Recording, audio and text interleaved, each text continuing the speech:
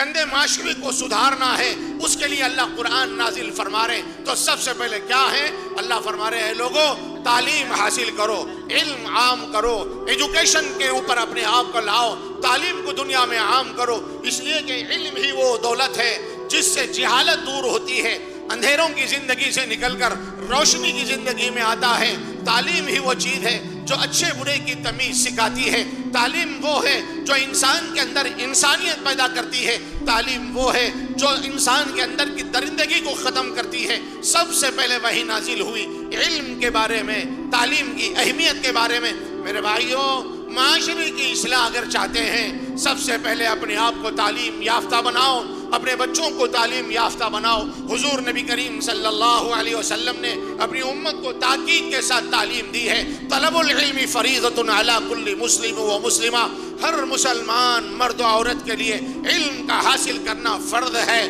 کھانے پینے سے زیادہ، اپنی دنیا کے رہن سہن اور طور طریقوں کو سدھارنے سے زیادہ تعلیم کا حاصل کرنا انسانیت کے لیے ضروری ہے۔